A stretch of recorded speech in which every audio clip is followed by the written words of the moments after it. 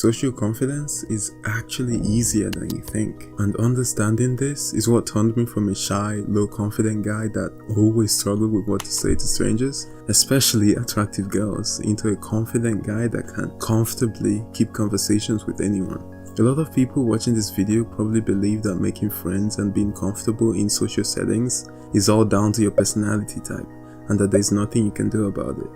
And this is the reason most people never actually try to learn how simple it is to actually become socially confident. So they remain socially anxious, struggling to keep conversations with unfamiliar people, hell, or to even keep eye contact. But there's literally 4 simple principles that charismatic people use to ensure they come off as charming as possible in social settings without even trying too much. And once you learn them and apply them, your social skills will go from looking like this to this. These 4 principles are what I've picked up from my past reading of these 2 amazing books: How to Talk to Anyone by Lace Landers and How to Win Friends and Influence People by Dale Carnegie. As you watch this video, I recommend you note the principles down in a place you can easily glance at whenever you're in a social settings and you forget them until you truly master them. Principle number 4. The perfectionist mindset. Trying to impress others is one of the greatest mistakes that people make when trying to become more social. You want to appear perfect, you want to not fumble your words or make mistakes. But the problem is that this causes more harm than good. Not only because you're holding yourself to unrealistic standards, which will make you even more nervous, but you are making it a task. And that is the problem. It makes you uptight, you tense up and you forget to smile, and without realizing it, you make yourself totally unapproachable and unfriendly. You have to understand that you have nothing to prove. Really think about that. You don't need to prove anything to anyone. If you remember the mindset that you have nothing to prove, that's when you understand that not everyone is gonna like you. And that's perfectly fine, because that's what makes you unique and gets people drawn to you. That was the first principle. Let that sink in. The next principle will make it extremely difficult for you to ever run out of things to say. Principle number 3. Stop filtering. I was so awkward around girls. It's actually funny because they're, in the end, humans like us guys. But every time I found myself in a conversation with them, give it a minute and it completely dies. I was always filtering. I wanted to say something witty, to come across as knowledgeable. So even though I actually had interest to contribute to the conversation, I just didn't, because I was so busy thinking about how they would react to it than just actually saying it. A lot of you that clicked on this video will probably relate with what I'm talking about, and if you really think about it, you do have things to say. You just hyper-analyze them and filter them, and in the end, you have nothing left to reply, leaving the whole conversation in an awkward silence. So the next time you're in a conversation with someone, watch out and try to pick out when your brain starts trying to filter your thoughts and force yourself to say it anyway.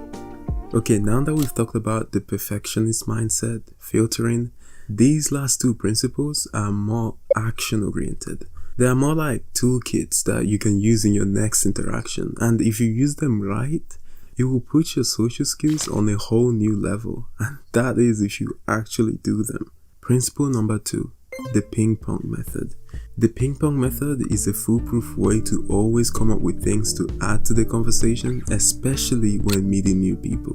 And if you learn how to actually implement this effectively, it will be just a toolkit you need to always pull you out of an awkward silence. Here's how to use it in 3 steps. Step number 1, listen closely. Listen to what they have to say. Step number 2, reply with your own personal opinion or experience. Step number 3, ask a question. A common example would be, you ask someone about what they study and they say something like engineering. Instead of being like, oh cool, and proceeding to talk about what you study, reply them with your own personal opinion or experience. Say something like, "That's cool, I always thought engineering is a hard degree to study with all the maths and physics." Notice that this is your personal opinion. Now you can follow that up with a relevant question. A question like, is it really as tough as it's painted to be, or is it even worse? Notice that you don't have to have a first-hand experience to comment on what he said. Make assumptions. Even if you have no knowledge of what he said, ask him and be genuinely interested in what he's saying. Remember to not filter, don't try to impress, just show attention and intrigue. That was the third principle. Show genuine interest and intrigue by using the ping pong method. The last principle, you might argue that it doesn't qualify to be on this list, but in my opinion is the most important one. And I think that all the principles we've talked about in this video will never really be effective without this one, because they kind of all go together. And that is that the more awkward silences you face, the more you fumble your words and try to hold conversations and fail, the better you get. And this is what most people don't grasp. Your social skills, your conversation skills is like a muscle. Because even if you have really good social skills and then you stop talking to people, you stop going out, you stop training this muscle, you're gonna lose it. But at least you now know how to grow it back. So the next time you're socializing, have this in the back of your mind. The more awkward silences you have under your belt, the better you get. Join the Discord and meet other people in the voice chat and make new friends while you practice your conversation skills. Thanks for listening to me and peace.